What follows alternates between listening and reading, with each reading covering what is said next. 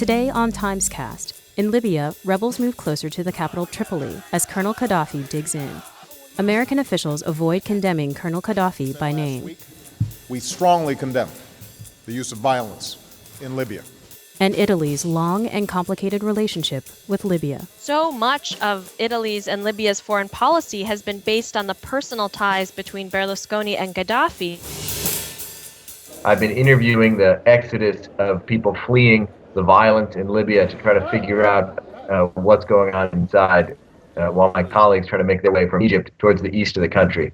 The news today is that troops or forces, mercenaries, African mercenaries and militia, loyal to Colonel Qaddafi appear to be massing on the roads outside of Tripoli, preparing for some kind of big confrontation later this week. Meanwhile, the protesters calling for Colonel Qaddafi's ouster are expanding their footprint in the country. They already have control of pretty much all of the eastern provinces. Today, for the first time, they've raised their flag over some of the towns in the northwest, to the north and west of the capital, Tripoli.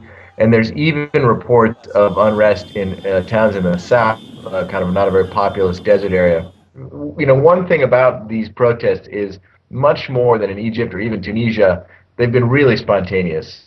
In the east, there was some organization around or a prison riot years ago, and the unrest grew out of that. But here, in this part of the country, in the northwest and Tripoli, it really was quite spontaneous. They saw what happened in Tunisia, they saw what happened in Egypt, they saw what happened in the east part of their own country, and they just took to the streets. They just started rioting without any game plan or any leadership. The Justice Minister and the Interior Minister, who's also an army officer, have both switched sides. The Interior Minister said today that the tipping point for him was when he was told to attack and kill Libyan civilians, and he wouldn't do that. The problem is, you know, in other countries, in Egypt, in Tunisia, you've seen the military step in to play a kind of referee role between the people and the ruler. That's not possible here. There's no one in the military who can speak to Colonel Qaddafi and say, for example, it's time to go. So it's not clear how this is going to play out and what kind of chaos we might be in for. We are doing everything we can to protect American citizens. That is my highest priority.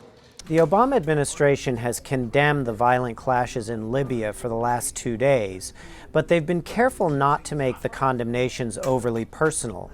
The suffering and bloodshed is outrageous, and it is unacceptable.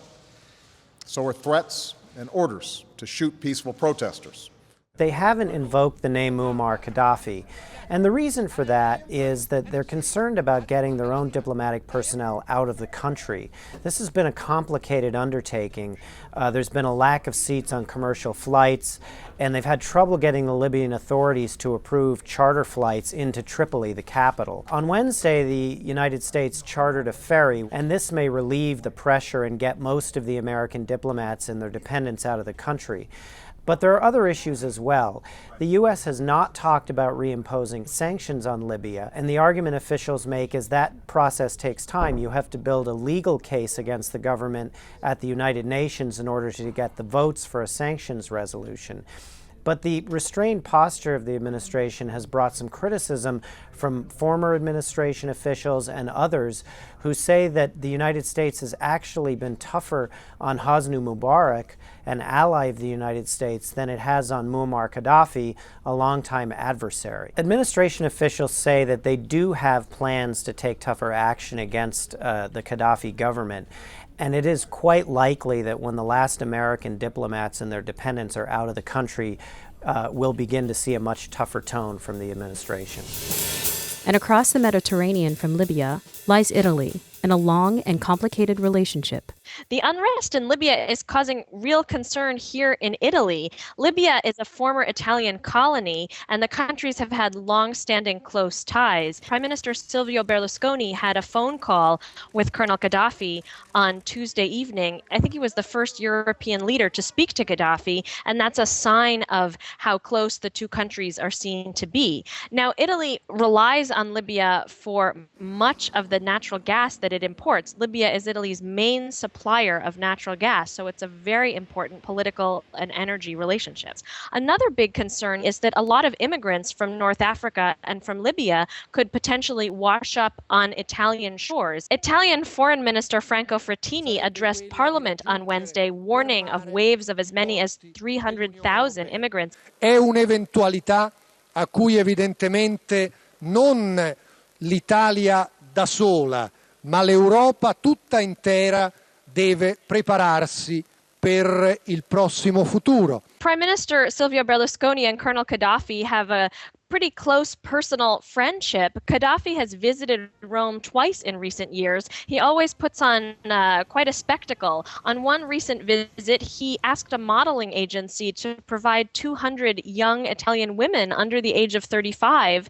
He lectured to them and he gave them copies of his little green book, his revolutionary tract, and encouraged them to convert to Islam. In some ways, Gaddafi is seen as an almost comic character in Italy, except it's actually a very serious relationship. One big concern is that so much of Italy's and Libya's foreign policy has been based on the personal ties between Berlusconi and Gaddafi. There's a lot of speculation about what happens next if the Gaddafi regime doesn't hold up. Who will come next, and what will Italy's relationship be with that new regime?